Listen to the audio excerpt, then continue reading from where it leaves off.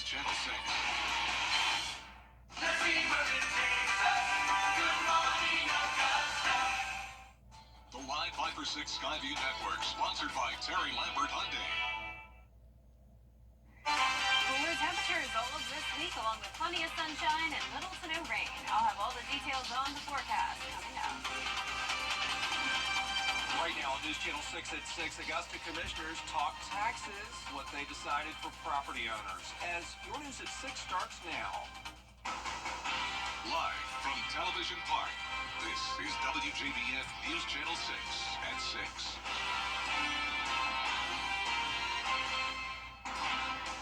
Good evening, everybody. I'm Brad Means. Thanks for joining us. Jenny is off tonight. Coverage you can count on begins with Augusta leaders holding the line on taxes. Commissioners approving the rollback rate for this year's tax bills. That's despite a call to raise taxes for fire equipment. George Escala has the story.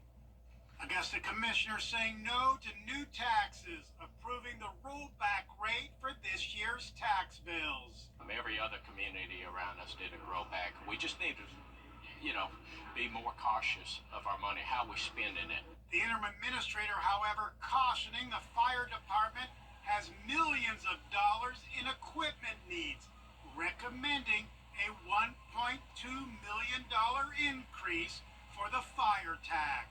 Augusta's Fire Department operates with aging equipment, including fire trucks and rescue vehicles. These vehicles require frequent repairs and maintenance, and eventually replacement. But commissioners approving the rollback without the fire tax increase on a 6-2 vote. We can't put a price on safety when it affects the citizens of Augusta, Richmond County. When it comes down to police protection, fire protection. We've got other avenues to get fire support. It takes 30 months for those trucks to get here, so we have some time to make that happen. But I'm not going to support a tax increase. Some commissioners concerned about the school board's approval of a large tax increase that will increase taxes on the average priced home in Augusta by $160. That's going to be a major impact, and people ain't going to remember the difference who charged what. The fire department is looking for tax help to get new equipment, but this year commissioners not answering the call. In Augusta, George Escala, WJBF News Channel 6. Our chief meteorologist, Jenna Petracci, joining us now for our first look at the weather. Well, it's been a really nice Tuesday. Yesterday was nice as well. We have the cooler temperatures all this week, so it's definitely not feeling like mid to late August. And overall, we're going to have plenty of sunshine. Right now, you can see it is pretty cloudy, though, here on our Terry Lambert Hyundai Skyview cam. A breezy evening as well there at the airport. No rain, of course, today. High of 91, so just 1 degree below average, and a low of 69. Now, tonight, you'll see those temperatures go down well below that, more so into the middle 60s. And currently, we're sitting in the upper 80s, some spots even lower, such as Aiken at 84, but hotter in Louisville at 90 degrees, 89 in Swainsboro, 91 in Sylvania, 90 as well in Wrightsville, Gibson, 87 in Waynesboro. The humidity only around 40 to 50% today, so we definitely had some drier air move in. Satellite radar not showing much going on, so no rain, just some clouds passing by. We have those showers and storms all the way off the coast around Charleston. Now, as we zoom out here, you can see we have a front to the south of us with low pressure around Florida, so that's where most of the rain and storms are occurring now. That will linger in our area over the next couple of days, so it will be a battle between the low pressure and that high pressure to our north, bringing in the northerly wind. So overall, plenty of dry air in place to really limit those rain chances, but it's possible some of our southern counties will have a stray shower or two tomorrow. Breezy in Aiken County at 9 miles per hour, 8 mile per hour winds in Barnwell. Tomorrow morning, we'll continue to see those northeast winds. Temperatures going down to 65 at 7 a.m. and will only heat up into the mid-80s by the afternoon. I'll have more details with a look at the 10-day forecast coming up. But back to you, Brad. All right, Jenna, thanks. An arrest to tell you about in an Augusta murder case. 18-year-old Malcolm Bryant charged with murder in the death of 16-year-old Sadiq Brown. It happened July 5th at the A-Town Wings on Peach Orchard Road. 18-year-old Kieran Walters also wanted in this case. Well, the wait is finally over for Doctors Hospital. The state of Georgia giving approval to build a new emergency room in Evans. The ER is going to go on Bel Air Road on the site of the old Fats Cafe. And that is where we find News Channel 6's Bria Smith. The FATS sign still standing, but not for long. And Bria, when it is said and done, it's going to give people who live in that area better access to emergency health care. That's right, Brad. Right here is where the new facility is expected to be built. Now, the freestanding emergency room will be built on a 2.7-acre parcel, and to be exact, it'll be 10,860 square feet. It'll include 11 exam rooms, a lab, a pharmacy, and radiology services. The building will also feature entryways for ambulatory services. The building will face North Delaware, right across the Piedmont Healthcare's primary care campus. We are so excited at Doctors Hospital to be able to provide emergency services in Columbia County for the residents of Columbia County. We know this is something the community has wanted for a long time.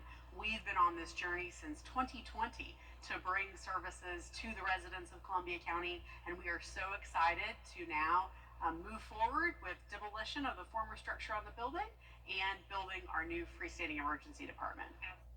It is important to remember that this new facility is separate from the new Wellstar MCG Hospital coming to Grovetown. Live in Evans, Bria Smith, WJBF, News Channel 6. South Carolina Congressman Joe Wilson's annual bombing investigation underway in Aiken. This happened about 3 o'clock this morning at Colts Crossing Apartments on Lawrence Street Northwest. A man was shot. We don't know how he's doing tonight. Also, another shooting about 2 miles down the road on Alfred Street last night. Nobody was hurt there. So far, no arrests, and public safety says they don't know if the two shootings are connected. A local group backing off on plans for a substance abuse recovery facility in Grovetown. 143 Ministries wanted to rezone land near Rockford Drive. They were going to build a church and campsite there. Neighbors opposed it, and last night 143 founder Cliff Nobles posted on Facebook that the group had withdrawn its rezoning application. Still ahead, day 2 of the Democratic National Convention. We'll have a preview of tonight's lineup next. And a mix of sun and clouds this week with not much rain in the forecast, but we'll certainly have below average temperatures in the forecast. I'll have more details on that coming up. Now with another check of the weather. Back now with another check of the weather. Well, the weather looks awesome, Brad. We're going to see those temperatures continue to fall all the way down to 85 for Thursday and Friday. Lows down to 64 and little to no chances of rain. More details on the forecast right after the break. Bikers now, your most accurate forecast with WJBF Live Viper 6. Welcome back. Well, if you were watching earlier at 4 p.m., I was talking about the super blue moon, and some of you may have seen it for yourselves. It was beautiful late last night. Here's some awesome viewer photos sent in by Sanjeev in Augusta. That's over the Truist Bank building in downtown. Look at that. And also a great photo sent in from Trenton, South Carolina by Mark Adams. So thank you to both of you for sharing these awesome photos. And if you missed the moon last night, you'll have a good chance of viewing it tonight as well. Even though the peak was last night, you can still see it, especially because the clouds will be clearing. We're already seeing some of that happen now here on our Terry Lambert Hyundai Skyview cam at SRP Park. 87 feeling like 90, dew points in the middle 60s, humidity only at 50%. We have a northeast wind coming in at 7 miles per hour. Mid 80s towards the north, low 90s towards the south. Right at 90 in Wrightsville and Swainsboro, 88 in Crawfordville, Aiken at 84 degrees, 88 in Barnwell. Live Viper 6 not showing any rain. We have those scattered showers and storms along the coastline there around Charleston, but we will keep things dry tonight. We have high pressure to the north of us, this front to the south, and high pressure as well out towards the west. That's where the dangerous heat is, around this heat dome.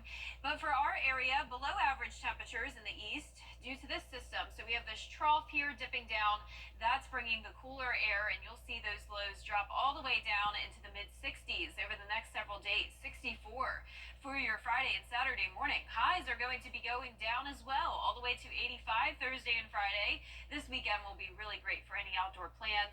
And then next week, looking more like a typical August forecast. We'll see those low 90s again, humidity back on the rise, and some chances of rain. But for now, the chance of rain just at 10% for your Wednesday and Thursday. A dry start, mostly sunny, 65 in the morning with that northeast wind throughout the day, 85 by around 3 o'clock. Now for the futurecast, you can see that front staying to the south of us. Because of that, we'll still see some moisture in our southern counties. That could lead to a stray shower or two, but Overall, mostly dry with the clouds moving in on and off, wind coming in from the northeast. By Thursday at 8 p.m., you can see the bulk of the rain down towards the southwest of us, and will be dry as we go into Friday and the weekend.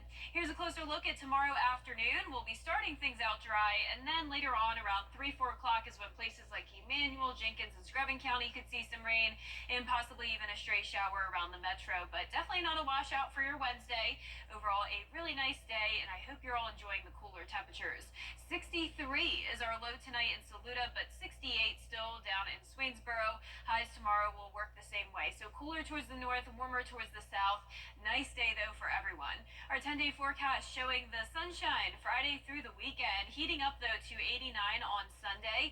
You'll also see those low temperatures starting to climb, and then by next week, we'll have a 20% chance of rain, and the high temperatures will be in the low 90s. Now, congratulations to today's umbrella winner. That is Angus Moody from Bamberg. Angus, you can pick up your umbrella here at the station and sign up to win yours on WJBF.com. All right, thanks a lot, Jenna. Coming up, the Atlanta Braves adding a new man to their roster. And the Evans football team starting off the season with a big win in sports. Hey, CSRA. Children First on WJBF News Channel 6 is sponsored by Bridgestone, solutions for your journey. Now, WJBF sports coverage you can count on. The Evans football team started their season with a huge win over Thompson, and they are ready to keep that streak alive as they gear up for week 2. It was a thrilling game between the Knights and the Bulldogs, with Evans ultimately coming out on top 35-28. Head coach Barrett Davis spoke about how proud he is of the way his team performed on Friday and the very interesting way that they found motivation before taking on a former state championship team. It was awesome. It was a great game, and we told our kids before the game we believed in them, and we believed that they were going to win the football game. That's the mindset we've had all week. We had a great week of practice, and we're just luckily it showed out on the scoreboard for us. And we told our kids, somebody's going to make a big play, you're going to make a mistake, but it's how you respond to it. And anytime they answer something, we answer right back. So I was really proud of them. Basically, what we did was all the predictions picked the other team. So we put that up in the locker room for a little motivation, and then afterwards we were able to rip that thing up because it's not true anymore. So. It is not true anymore. Next up for Evans is a matchup with Grovetown that'll start on 7:30 p.m. on August 30th. It was announced on Tuesday that legendary coach Terry Holder will be inducted into the Georgia Sports Hall of Fame. Holder won 8 state baseball championships at Evans and Greenbrier. In 1989 and 90, the Knights won 61 straight games, setting a state record. He also coached at Thompson, where he led the Bulldogs to their first region title in 4 decades. And the field at Greenbrier is named for him. A huge congratulations to Coach Holder. Well, with Austin Riley on the injured list due to his broken hand, the Atlanta Braves signed infielder Gio Urshela on Tuesday to fill the gap at third base. Urshela comes from Detroit, where he batted .243 with 5 home runs and 37 RBIs before he was released by the Tigers earlier this week. Now, Urshela will be in action for the Braves tonight as they open their series against the Phillies. Ronaldo Lopez will get the start on the mound for the Braves, and first pitch is at 7:20 p.m. We'll have highlights on that game later on tonight. The Atlanta Falcons have decided to sit top draft pick Michael Penix Jr. for the remainder of preseason. Head coach Raheem Morris says Penix will not play in the final preseason game this Friday against Jacksonville, and he says he's seen enough of Penix in the first preseason game and in practice. He will participate in a scrimmage game tomorrow. Morris has not played Kirk Cousins in the preseason, but he's expected to be ready to go for the season opener against Pittsburgh on September 8th.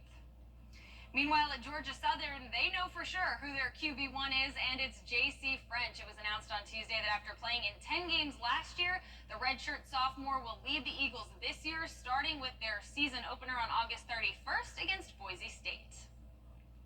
And finally, it is time to vote for our Football Friday Night Player of the Week. This week's nominees are Lakeside's Ty Jones, Burke County's Amir Williams, Cross Creek's Cam Nixon, and Harlem's Giovanni Arroyo. The poll is on WJBF.com. You can vote once a day until Friday, and the winner will be announced during our Football Friday Night show. So be sure to get your vote in as we pick our Football Friday Night Player of the Week. Another great week of football, Brad. Yeah, tough to narrow it down to that. I know. How do you pick one? Stuff.